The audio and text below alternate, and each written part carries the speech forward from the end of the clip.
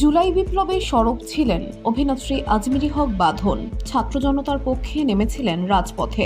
এজন্য নানা হুমকির শিকারও হতে হয়েছিল তাকে। তবে সেসবকে পরোয়া না করেই সরকার পতনে রাজপথে অনড় ছিলেন এ অভিনেত্রী। গেল বছরের ৫ আগস্ট স্বৈরাচার সরকার শেখ হাসিনা দেশ ছেড়ে পালিয়ে গেলে নতুন এক বাংলাদেশের সূচনা হয়। অন্তর্বর্তী সরকার দায়িত্ব নিয়ে শুরু করেন সারা দেশে সংস্কার কার্যক্রম। অভ্যুত্থানে ১০ মাস পার হয়ে গেলেও দেশের খুব একটা পরিবর্তন হয়নি বলেই মনে করছেন বাঁধন। বরং অভ্যুত্থানের পর ব্যক্তিগতভাবে পেশাগত জীবনে তিনি বেশ ক্ষতির সম্মুখীন হয়েছেন বলেই গণমাধ্যমে জানান।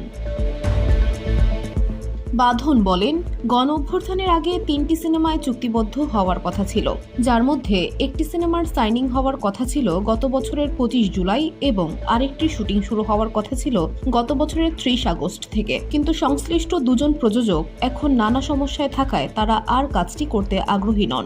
এসব প্রযোজক আওয়ামী লীগের সঙ্গে সম্পৃক্ত ছিলেন এবং সেই রাজনৈতিক যোগসূত্রের কারণেই তারা এখন পিছিয়ে এসেছেন। বাঁধনের মতে, দীর্ঘদিন শিল্পাঙ্গনে এককভাবে ক্ষমতা ধরে রাখা একটি গোষ্ঠী এখন প্রান্তচ্যুত এবং নতুন গোষ্ঠী কাজ দখল করেছে। দখল করলেও কাজ চলছে তাদের মতো করে, শুধু নিয়ন্ত্রণের হাত বদল হয়েছে।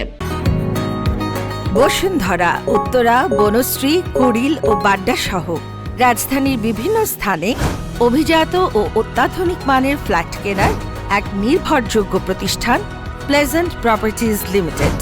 তাই আপনার স্বপ্নের আবাসনের জন্য আজই যোগাযোগ করুন। Pleasant Properties Limited, where destiny matches eventually. সরকার বদলে শুধু সিন্ডিকেটই বদল হয়েছে উল্লেখ করে বাঁধন বলেন, অনেকে বলছে আমাদের ইন্ডাস্ট্রিতে কাজ কমে গেছে। বিষয়টা এরকম না, কিছু সিন্ডিকেট চেঞ্জ হয়েছে। যেটা হয় যে একদল আগে কাজ করত, এখন আবার আরেক দল দখল করেছে, কিন্তু দখলের পরে আবার তারা কাজ করছে। এছাড়া জুলাই অভ্যুত্থানের পর শিল্পীদের প্রতি বিদ্বেষ, হেনস্থা ও মিথ্যা মামলার প্রবণতা বেড়েছে বলেই মনে করছেন বাঁধন। এ প্রসঙ্গে অভিনেত্রী বলেন, আমার একজন কো আর্টিস্টকে গ্রেফতার করা হয়েছে, একটা মিথ্যা মামলার আসামি করা হয়েছে তাকে। আমার সঙ্গে হয়েছে, আমার আশেপাশে মানুষের সঙ্গেও হয়েছে। প্রসঙ্গত, ঈদে মুক্তি পেয়েছে আজমিরি হক বাঁধন অভিনীত থ্রিলারধর্মী সিনেমা এশা মার্ডার কর্মফল। নারী প্রধান এই গল্পে এক পুলিশ অফিসারের চরিত্রে অভিনয় করেছেন বাঁধন। সানি সানোয়ারের পরিচালনায় সিনেমাটিতে আরও অভিনয় করেছেন পূজা ক্রুজ, ফারুক আহমেদ, শরীফ সিরাজ, শতাব্দী ওয়াদুদ প্রমুখ। VOD Bangla news desk.